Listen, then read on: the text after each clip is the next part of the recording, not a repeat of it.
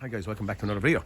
We have a Nissan Primastar here, an old one, an 05 one, but we have hazard lights flashing on it that won't turn off now. So we can see them flashing away. Watch if we can get it in shot here. If I turn the lights on, turn on the ignition, stop that beeping. Can you see?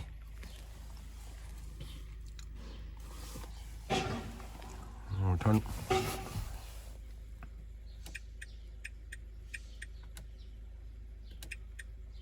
Side lights on, hazards go out. Side lights off, hazards come on. He has renewed the hazard light switch, so we're saying it's not that. I'm going to do a code scan and see what we are up against to start with. I'll do the code scan and clock in. Okay guys, the autel wouldn't do anything for me, so I'm at the swapping onto our snap-on and fall codes and body control module. Thing of nothing, airbag missing message, windscreen, park position, door lock, circuit, so that's of no benefit to us. I might go into data and just have a look. Oh fuck, bipped on the horn, sorry of course. And then ignition on, yes. Side light information missing, left hand indicator missing, wiper present, front washer information missing, 13.7 volts, right hand indicator is missing, present.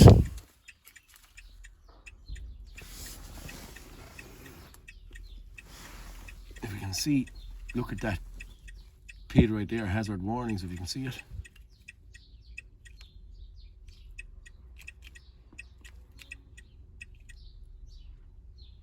Interesting.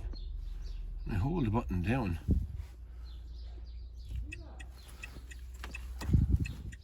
And I disconnect it. 1 second! And I disconnect it. The hazard lights have just gone off. It wasn't doing that for me now at all. Is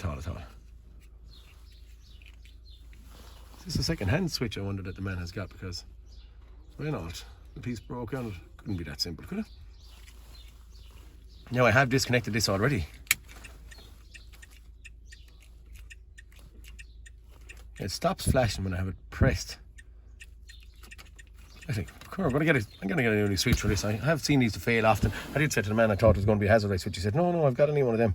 But then when I see a little marker on it, could be second hand, and I see a little piece broken off the top of it. Could it be as simple as that? I don't know, is it a good thing or a bad thing? Hopefully it is. Okay guys, I've walked away from this car for a little while and just this hazard switch landed, but while I was gone away from it with my hazard light switch disconnected, lo and behold, the actual hazard started working again, even with that disconnected. So maybe I'm wrong, maybe the switch is not the problem and not as easy as that. I turn on the other one and the lights are flickering away there, you can hear them in the background, but no change actually on my hazard light warning, where when I had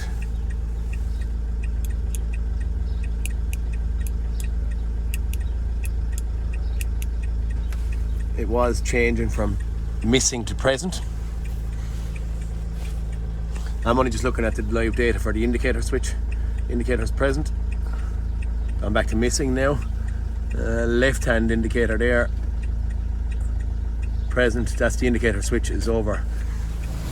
What I have done is I started looking at a wiring diagram there just now. A multifunction control module. All the hazard light switch, the indicators and all that are going through the multifunction control module, and the multifunction control module is stuck in there somewhere. I haven't had one of these in my hand before, so I don't know where it is. So maybe it's actually very small miles in this thing. It's only 55,000 kilometers, but I think in around here, and a lot of lads years ago when I used to be working on these used to give out about coffee and stuff getting spilt from that jar down and into a box in here that used to stop the car from starting. But on this occasion, I'll just go in and show you what I was looking at on the auto data, okay? Only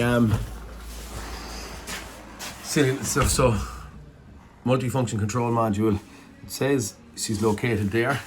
Stay here for a second and we'll have a little look at technical information.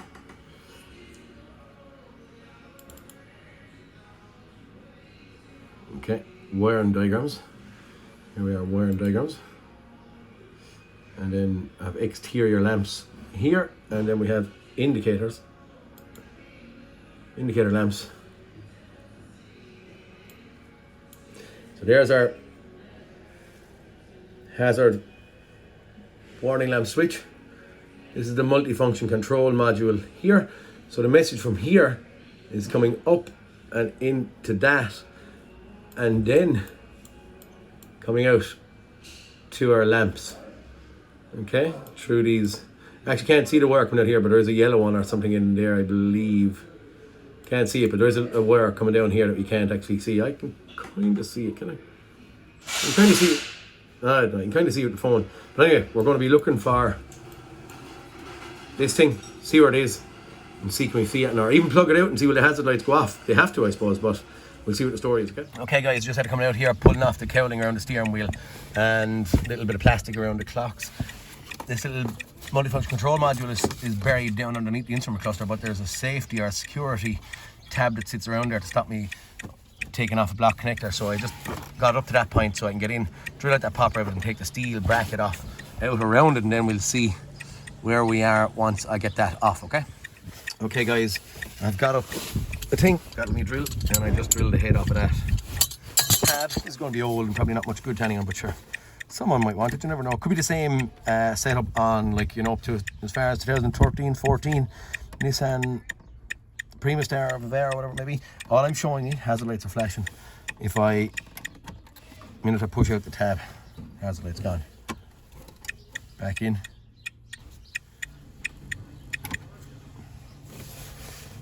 Figure out what's the story with this thing. I was to replace it. Is it tied into immobilizers or any of that crack? I do not know. Okay, I went digging around here. I have an old, what is she? An old Trafic, an 07 one, but it's 2 litre. Trun there a long time. It's nearly wrecked and there's nothing on it, but lo and behold, this thing was in it. Don't know if this thing can be changed, but we'll chance a bit of Swaptronics again. Swaptronics is just to see if I plug this thing into that yoke. I done it on a BSI box on a Peugeot partner there recently. And just because I don't know, and I actually don't know, and I'm not familiar if this will stop or inhibit the car from starting. Is it tied into an immobilizer? I have some kind of a feeling in the back of my head that it is, but I'm going to plug it in there, just see what happens, see what way the indicators work, purely because I could get it easy. The car is wrecked and it was dashed, pulled apart, and I had to drill out that pop rivet, alright? But 30 seconds and I have that in my hand. Just going to get it into it and see what happens, okay?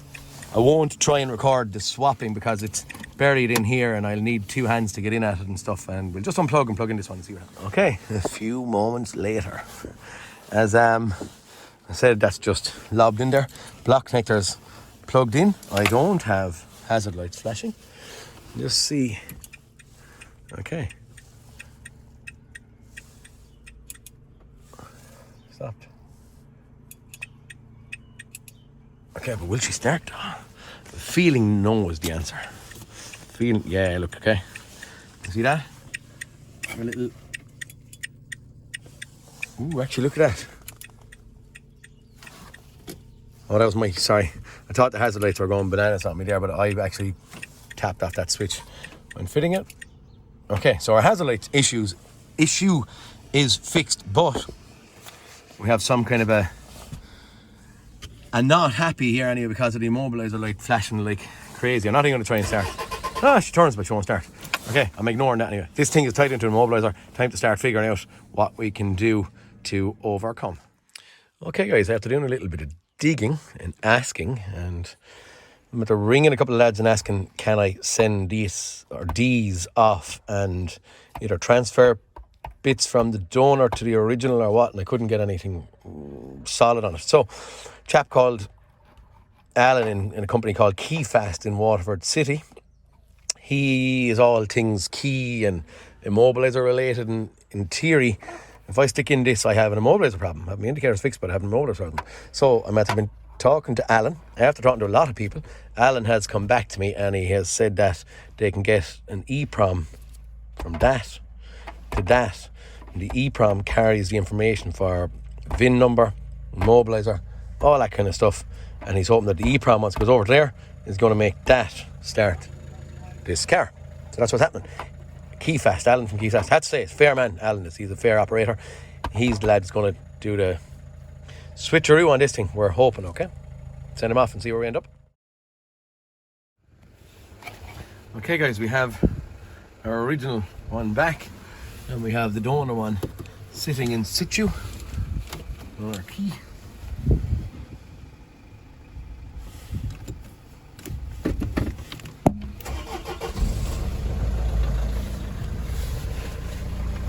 Yay, no hazard lights flashing anyway. It's gonna do.